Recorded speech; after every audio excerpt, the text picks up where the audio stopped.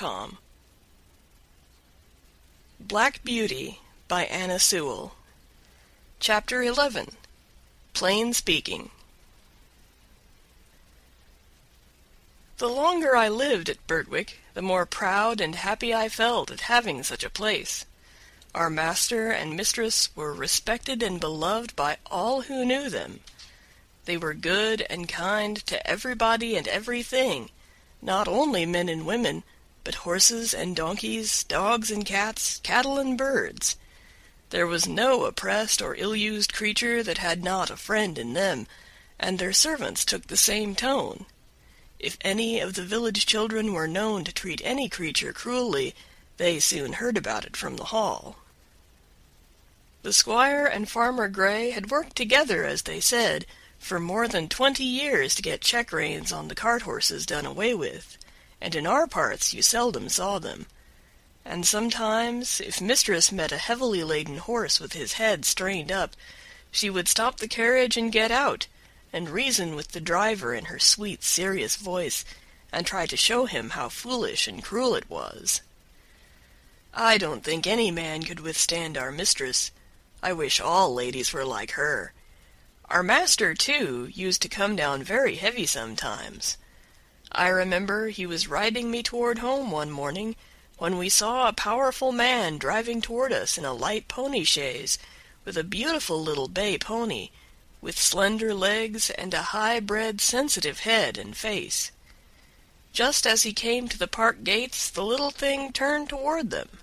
The man, without word or warning, wrenched the creature's head round with such a force and suddenness that he nearly threw it on its haunches. Recovering itself, it was going on, when he began to lash it furiously. The pony plunged forward, but the strong, heavy hand held the pretty creature back with force almost enough to break its jaw, while the whip still cut into him. It was a dreadful sight to me, for I knew what fearful pain it gave that delicate little mouth, but master gave me the word, and we were up with them in a second.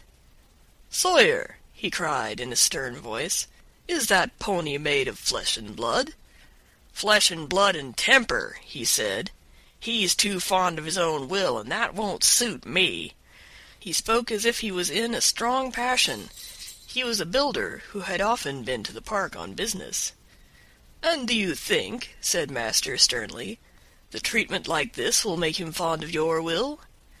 "He had no business to make that turn. His road was straight on," said the man roughly. "You have often driven that pony up to my place," said master. "It only shows the creature's memory and intelligence. How did he know that you were not going there again? But that has little to do with it.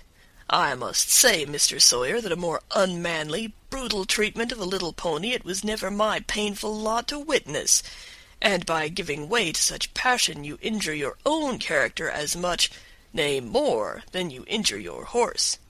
And remember, we shall all have to be judged according to our works, whether they be toward man or toward beast."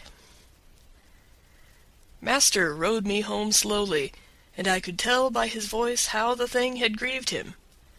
He was just as free to speak to gentlemen of his own rank as to those below him, for another day, when we were out, we met a Captain Langley, a friend of our master's. He was driving a splendid pair of grays in a kind of break. After a little conversation, the captain said, "What do you think of my new team, Mr. Douglas? You know you are the judge of horses in these parts, and I should like your opinion." The master backed me a little, so as to get a good view of them. "They're an uncommonly handsome pair," he said, "and if they are as good as they look, I am sure you need not wish for anything better. But I see you still hold that pet scheme of yours for worrying your horses and lessening their power." "What do you mean?" said the other. "The check-reins? Oh, I know that's a hobby of yours. Well, the fact is, I like to see my horses hold their heads up." "So do I," said master, "as well as any man. But I don't like to see them held up. That takes all the shine out of it. Now you are a military man, Langley, and no doubt you like to see your regiment look well on parade, heads up and all that. But you would not take much credit for your drill if all your men had their heads tied to a backboard.